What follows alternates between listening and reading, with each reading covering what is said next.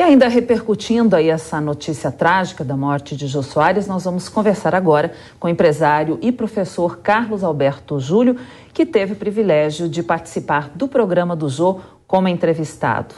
Muito bem-vindo, uma boa tarde, Carlos. Muito boa tarde a vocês e aos telespectadores do Headline. Gostaria que você contasse um pouquinho para a gente como foi a sua experiência, a sua impressão do Jô Soares enquanto entrevistador. Então, na verdade, é um sentimento que não vem agora pela triste notícia da passagem do Jô. Esse é um sentimento que eu tive nas 2 vezes que eu pude estar com ele. Eu nunca fui íntimo ou amigo ou qualquer coisa assim do Jô Soares. Eu fui convidado 2 vezes para estar no programa deles, uma das vezes quando eu lancei o meu primeiro livro, né, que foi o Reinventando Você.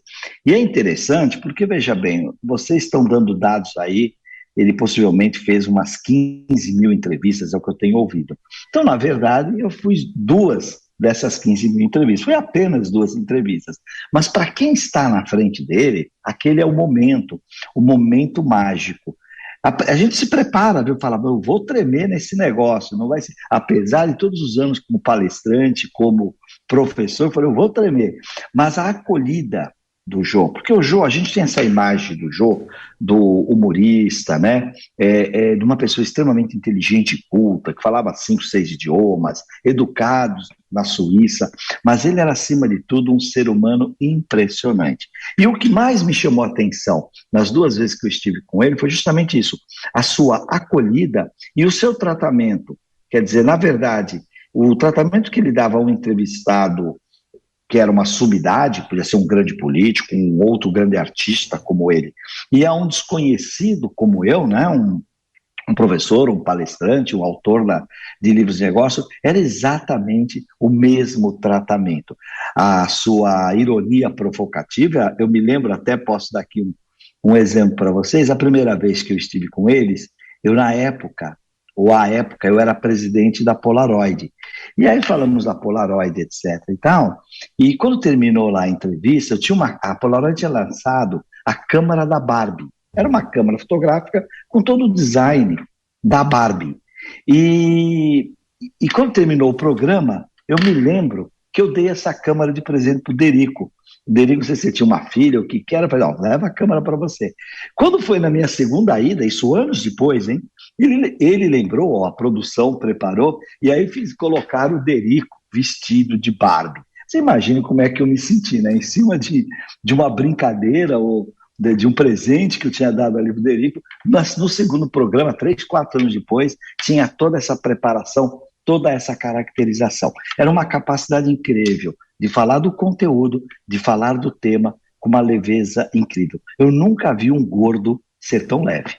Sem dúvida alguma, excelente observação. Agora, professor, a gente também escuta depoimento de várias pessoas que participaram dos programas de Jô Soares, enaltecendo demais a maneira como ele tratava os seus convidados, e também muitos acabaram compartilhando suas experiências. E a impressão que dava é que quando a pessoa conseguia esse feito, né, de ser entrevistado pelo Jô Soares, é como se ele dissesse, poxa, eu cheguei lá, eu consegui, é o reconhecimento do meu trabalho. Não importa se eu sou um mega empresário, um político, ou se eu sou um engraxate, né? É como se fosse o reconhecimento de sua atividade, e o Jô sempre respeitando muito todas as pessoas, claro, aquele tom irreverente, muitas vezes com uma pergunta mais sarcástica, mas ao final a pessoa saía satisfeita e muitas vezes a plateia suspirava, fazia aquele caco tradicional, que era o reconhecimento de uma entrevista interessante.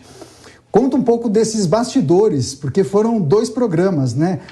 Como é que foi? Você chegou na televisão, o Jô chegou a conversar com você no camarim, teve um bate-papo antes da gravação do programa, porque nós sabemos que o Jô gravava alguns programas no mesmo dia. Então conta um pouco dos bastidores dessa experiência com o Jô Soares.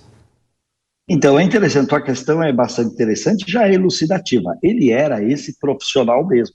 Porque apesar de todo o seu domínio de palco, de cena, de conteúdo, né, de toda uma produção muito bem elaborada, Max Nunes e o produtor dele também, ali daquela coisa toda, ele fazia questão de receber os seus entrevistados.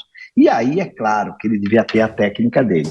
Ele conversava, ele explorava um pouquinho aquilo, e aí você ficava surpreso que quando era na entrevista, ele fazia perguntas que você não necessariamente lembrava que tinha tangenciado aquele tema com ele, e ele trazia o tema. Por exemplo, quando ele me perguntou, a gente estava conversando, eu falei que eu era filho de portugueses, que meu pai veio para o Brasil como todo português, o sonho era chegar aqui e montar uma padaria, e que eu fui criado atrás do balcão, da padaria, do armazém do meu pai, etc, e tal, e tal, e tal. Bom, o que você acha que aconteceu? Ele falou do livro, do Reinventando Você, qual era a minha teoria, ou qual era a minha narrativa do livro, a minha história por trás do livro, e de repente ele fala, mas espera um pouquinho, como é que é essa história? Quer dizer que agora você vira um autor da área de negócio, mas na verdade você começou lá no boteco do seu pai e começamos a conversar, então, sobre essa coisa, como é que os aprendizados que eu tinha adquirido lá no boteco do meu pai, aprendizados que é aquela coisa que a gente fala, nem Harvard te ensina, né? Autenticidade de cliente, de lidar com o cliente, certo, de vender em quantidades menores, porque o dinheiro na comunidade é curto. Então, aquela coisa, né, Daniel? Quantas vezes eu vendi um ovo, não uma dúzia, porque só tinha dinheiro para um ovo. Quantas vezes eu vendi 2 batatas ou meio quilo de arroz, talvez, para preparar a refeição daquele almoço, daquele jantar.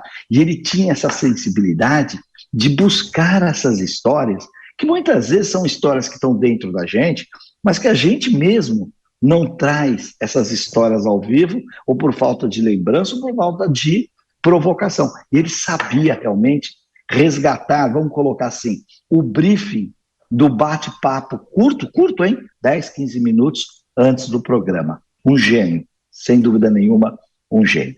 Muito bem. A gente agradece então ao professor Carlos Alberto Júlio. Obrigada pela sua participação hoje aqui na Jovem Pan News. Uma boa tarde para o senhor.